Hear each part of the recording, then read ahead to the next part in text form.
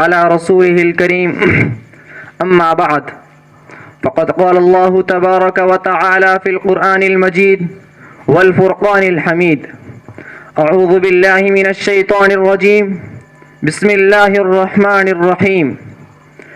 لقد من الله على المؤمنين إذ بعث فيهم رسولا من أنفسهم يتلو عليهم آياته ويزكيهم ويعلمهم الكتاب والحكمة.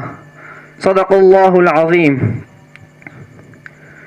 إني أريد أن ألقي أمامكم خطبة عربية وجيزة حول موضوع البعثة المحمدية. أريد انتباهكم.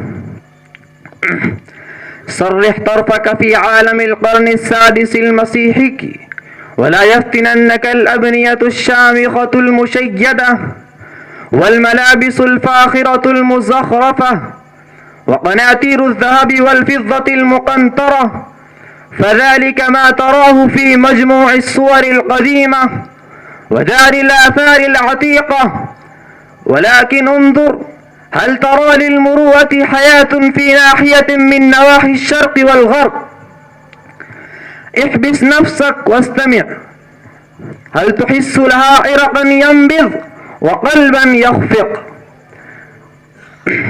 ترى الحياة بحرا يزدرد فيه الحوت الكبير الحوت الصغير، والعالم غابة يفترس فيها الأسود والكلاب والذئاب والخنازير الغنم والخروف. وانتصر الشر على الخير، والرذيلة على الفضيلة، والأهواء على العقل والبطن على الروح. لقد صارت الشعوب والبلاد، ثم القبائل والعشائر، ثم الأسر والبيوتات دوائر صغيرة.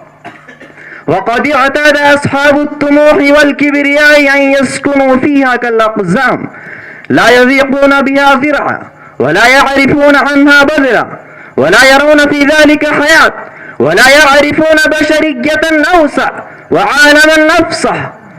لقد أصبحت الحياة تعاثيا في البيع والشراء، وتسابقا في المكيدة والخداع، وأصبحت البشرية جثة هامدة ليس فيها حرارة روح ولوحة قلب وسمو نفس. بعث محمد بن عبد الله الهاشمي صلى الله عليه وسلم في مكة، قلب العالم المتمدي المعمور، فأرسل صيحة دوت بها الغابات وجاوبتها الجبال، وذلك قوله: لا إله إلا الله محمد رسول الله. كلام وجيز يحمل في أثنائه عالم المعاني والحقائق.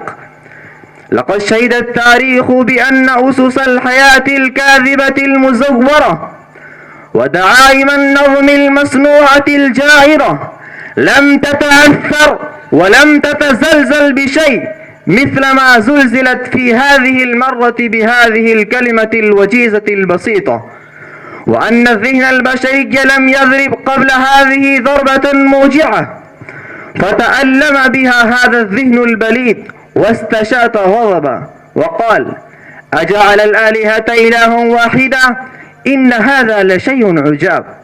أيها المستمعون، إن نبينا صلى الله عليه وسلم ألهم الناس أساليب العيش، وحثهم على المؤاخاة والمؤاساة والمحبة فيما بينهم.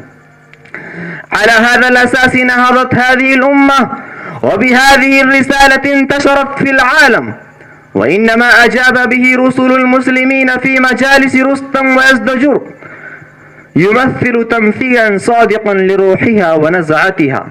قال ربيع بن عامر: إن الله ابتعثنا لنخرج من شاء من عبادة العباد إلى عبادة الله الواحد القهار، ومن ضيق الدنيا إلى سعتها، ومن جور الأديان إلى عدل الإسلام.